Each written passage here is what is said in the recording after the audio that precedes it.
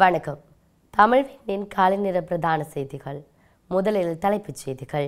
மனைவிக்கு உத்தியோகபூர்வ காரை வழங்கிய ஜனாதிபதியின் செயலாளர். அரசாங்கம் விளக்கம். ராணுவத்தின் தொடர் அடக்குமுறையை வெளிப்படுத்தும் இளைஞர்கள் மீதான தாக்குதல் எழுந்துள்ள குற்றச்சாட்டு. தேர்தலை இழுத்தடிக்கும் அரசாங்கத்தின் சதித்திட்டம் எழுந்துள்ள கண்டனம். 2 மணிக்கு பின் இடியுடன் கூடிய மழை.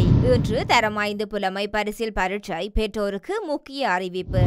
அதிகாரத்தை பராமரிக்கும் அடக்குமுறையை நம்பியிருக்கும் அனுர விமர்சிக்கும் நாமல். கைதுகளில் தலையீடுகள் இல்லை, பொது பாதுகாப்பு அமைச்சகம் அறிக்கை. சுவிட்சர்லாந்து நாட்டில் நடந்த வன்முறை, இலங்கையொருவர் பலி. தொடர்பான விரிவான செய்திகள்.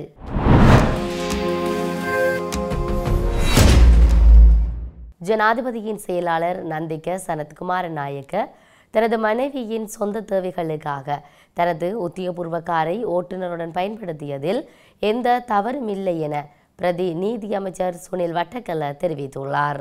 சமீபத்தில் ஜனாதிபதியின் செயலாளரின் உத்தியோகபூர்வ கார் விபத்துக்குள்ளானது. அதனால் அவரது உத்தியோகபூர்வ கார் சொந்த தேவைக்காக பயன்படுத்தப்பட்டதாக சுனில் வட்டக்கல விளக்கம் அளித்துள்ளார். எனவே ஜனாதிபதியின் செயலாளர் மீது எந்த தவறுமில்லை என அவர் தெரிவித்துள்ளார். அத்துடன் யார் தவறு செய்தாலும் அரசாங்கம் அவர்களது அந்தஸ்தை பொருட்படுத்தாமல் தண்டனை வழங்கும் எனவும் அவர் கூறியுள்ளார். முல்லைத்தீவு முத்தையன்கட்டு இராணுவ முகாமிற்கு சென்ற இளைஞர்களில் ஒருவர் கொல்லப்பட்டமை இராணுவத்தின் தொடர் அடக்குமுறையை வெளிப்படுத்துவதாக ஸ்ரீட்லோ கட்சியின் தலைவர் நாயகம் உதயராசா தெரிவித்துள்ளார். முல்லைத்தீவு முத்தையன்கட்டு பகுதியில் இராணுவ முகாமுக்குள் சென்ற இளைஞர் ஒருவர் சடலமாக மீட்கப்பட்டமை தொடர்பில் அவர் நேற்றைய தினம் வெளியிட்டுள்ள ஊடக அறிக்கையிலேயே இவ்வாறு தெரிவிக்கப்பட்டுள்ளது. முல்லைத்தீவு முத்தையன்கட்டு பகுதியில் வசித்து வரும் இளம் குடும்பஸ்தர் ஒருவர் தனது பொருளாதார நிலை காரணமாக வீடு அமைப்பதற்காக தகரத்தை பெறுவதற்காக இராணுவத்தினரின் அழைப்பின் பெயரில் இராணுவ முகாமிற்கு வேறு சிலருடன் சென்றுள்ளார். குறித்த பகுதியில் நின்ற இராணுவத்தினர் குறித்த இளைஞர்கள் மீது தாக்குதல் நடத்தியுள்ளனர். இதனால் அவர்கள் அச்சத்தின் காரணமாக ஓடியுள்ளதுடன் ஒருவர் சடலமாக மீட்கப்பட்டுள்ளார். குறித்த காட்டுமிராண்டித்தனமான சம்பவத்தை வன்மையாக கண்டிப்பதுடன் இது தொடர்பில் நீதியான விசாரணை நடத்தப்பட்டு குறித்த சம்பவத்துடன் தொடர்புடைய இராணுவத்தினர் தண்டிக்கப்பட வேண்டும். இச்செயற்பாடானது இராணுவத்தின் மனநிலையின் யுத்தம் முடிவடைந்து 16 வருடங்கள் கடந்தும் மாற்றம் ஏற்படவில்லை என்பதை வெளிப்படுத்துவதுடன் அடக்குமுறை ஆட்சி தமிழர் தாயக பிரதேசத்தில் தொடர்ந்து இடம்பெறுவதை வெளிப்படுத்தி நிற்கின்றது என அதில் தெரிவிக்கப்பட்டுள்ளது. மாகாண சபை முறைமை தொடர்பான விடயத்தில் தேர்தல் முறைமையை இழுத்தடிப்பது அரசாங்கத்தின் சதித்திட்டம் என முன்னாள் கிழக்கு மாகாண சபை உறுப்பினர் துரைரட்னம் தெரிவித்துள்ளார். கிழக்கு மாகாணத்தை பொறுத்தவரையில் மாகாண சபை தேர்தல் தொடர்பாக கடந்த காலங்களில் எல்லை நிர்ணய குழு சில வருடங்களுக்கு முன்பு அமைக்கப்பட்டு அவர்களின் அறிக்கைகளை பெற்று மாகாண சபை தேர்தலை நடத்துவதற்கான பல ஏற்பாடுகள் நடைபெற்றன. 2025ஆம் ஆண்டு மாகாண சபை தேர்தல் தொடர்பான பிரேரணைகள் முன்வைக்கப்பட்ட நிலையில் புதிய அரசாங்கம் மாகாண சபை தேர்தலை இந்த வருடம் நடாத்திவிடக்கூடாது என்பதற்காக இழுத்தடிப்பு செய்கின்றதா என்ற சந்தேகம் மக்களுக்கு ஏற்படுகின்றன.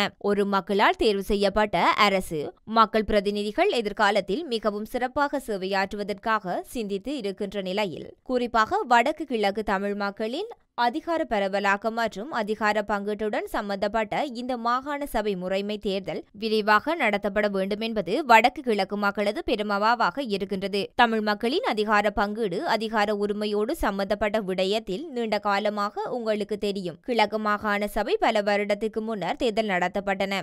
அதேபோன்று வடக்கிலும் நடத்தப்பட்டது. ஆனால் மிகவும் விரைவாக மாகாண சபை தேர்தல் நடத்துவதற்கு அரசாங்கம் உரிய நடவடிக்கைகளை முன்னெடுக்க வேண்டும் என கூறியுள்ளார். வடக்கு மாகாணத்தில் திருகோணமலை மற்றும் மட்டக்களப்பு மாவட்டங்களிலும் பிற்பகல் 2 மணிக்கு பின்னர் சில இடங்களில் மழை அல்லது இடியுடன் கூடிய மழை பெய்யக்கூடும் என வளிமண்டலவியல் திணைக்களம் எதிர்வு கூறியுள்ளது.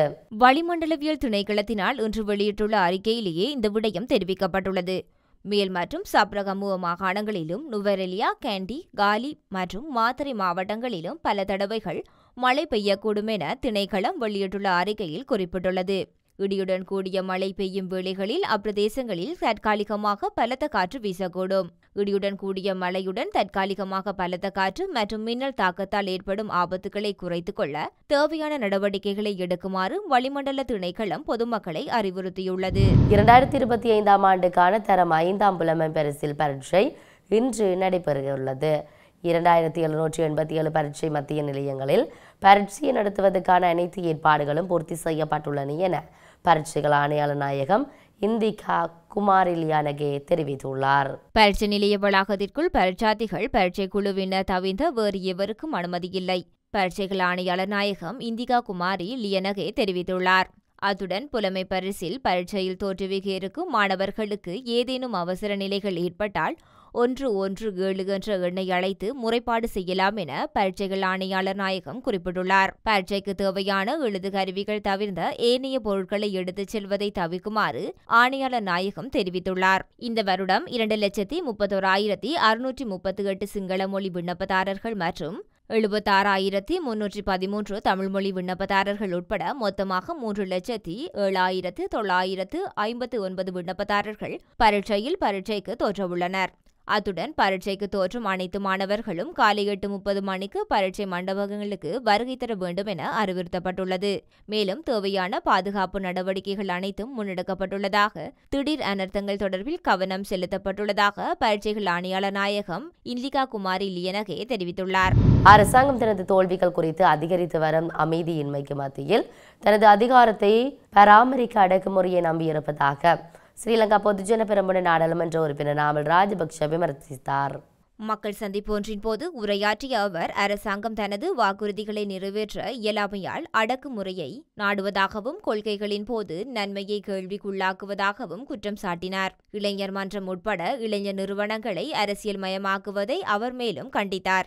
இந்த நடவடிக்கைகள் கருத்து வேறுபாடுகளை நசுக்குவதையும் கட்சி ஆதிக்கத்தை நிலைநிறுத்துவதையும் நோக்கமாக கொண்டுள்ளன என நாமல் ராஜபக்ச குறிப்பிட்டுள்ளார். அரசாங்கத்தின் நடவடிக்கைகள் நிறைவேற்றப்படாத உறுதிமொழிகளில் இருந்து எழும் எதிர்ப்புகள் தடுக்க இவை வடிவமைக்கப்பட்டுள்ளன. வகுப்புவாத கட்டமைப்புகளை பலவீனப்படுத்தி அதன் பிடியை பலப்படுத்தும் ஒரு மூலோபாயத்தின் ஒரு பகுதியாக கிராமங்கள், விகாரைகள், தேவாலயங்கள் மற்றும் கோவில்கள் உள்ளிட்ட கிராமப்புறங்களில் வளர்ச்சி முயற்சிகளை அரசாங்கம் தீவிரமாக தடுப்பதாக அவர் குற்றம் சாட்டியுள்ளார். பொது பாதுகாப்பு அமைச்சர் ஆனந்த விஜயபால அல்லது அவரது பணியாளர்கள் எவரும் காவல்துறையினரின் கைதுகள் அல்லது அது தொடர்பான நடவடிக்கைகளில் தேவையற்ற செல்வாக்கை செலுத்தவோ அல்லது தலையிடவோ மாட்டார்கள் என்று உறுதியளிக்கப்பட்டுள்ளது. பொது பாதுகாப்பு அமைச்சகம் இதை அறிவித்துள்ளது. போதைப் பொருட்களை எதிர்த்து போராடுவதற்கும் பாதாள உலகத்தை ஒழிப்பதற்கும் நாட்டில் சட்ட ஒழுங்கை நிலைநாட்டுவதற்கும் ஒரு சிறப்பு நடவடிக்கையை மேற்கொண்டு வருவதாக அமைச்சகம் தெரிவித்துள்ளது. இந்த நிலையில் ஹெரோயினின் வைத்திருக்கும் கைது செய்யப்பட்ட ஒருவர் சந்தேக நபரை விடுவிக்கும் முயற்சியில் அமைச்சரின் செயலாளராக ஆள்மாட்டம் செய்த ஒருவர் கைது செய்யப்பட்டுள்ளார். அவரை 2025 ஜூலை 8ஆம் தேதியன்று கைது செய்ததாக அமைச்சகம் தெரிவித்துள்ளது.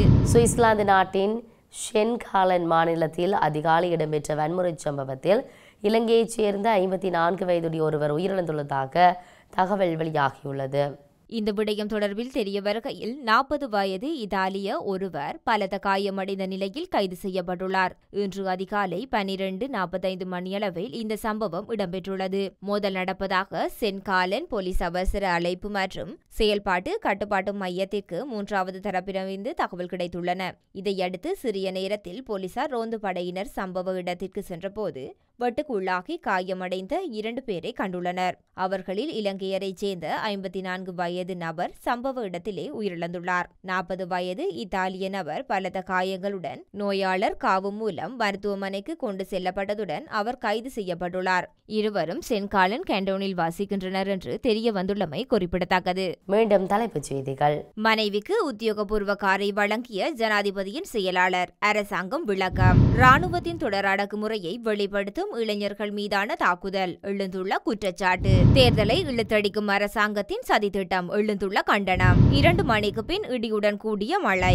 இன்று தரம் 5 புலமை பரிசில் பரீட்சை பெற்றோருக்கு முக்கிய அறிவிப்பு. அதிகாரத்தை பராமரிக்கும் அடக்குமுறையை நம்பியிருக்கும் அனுர, விமர்சிக்கும் நாமல். கைதுகளில் தலையீடுகள் இல்லை, பொது பாதுகாப்பு அமைச்சகம் அறிக்கை. சுவிட்சர்லாந்து நாட்டில் நடந்த வன்முறை, இலங்கையொருவர் பலி. இத்துடன் தமிழ் விண்ணின் காலை நேர பிரதான செய்திகள் நிறைவு பெற்றன. உடனுக்குடன் செய்திகளை அறிந்து கொள்ள தமிழ் விண் என்ற யூடியூப் பக்கத்தினூடாக இணைந்திருங்கள். வணக்கம்.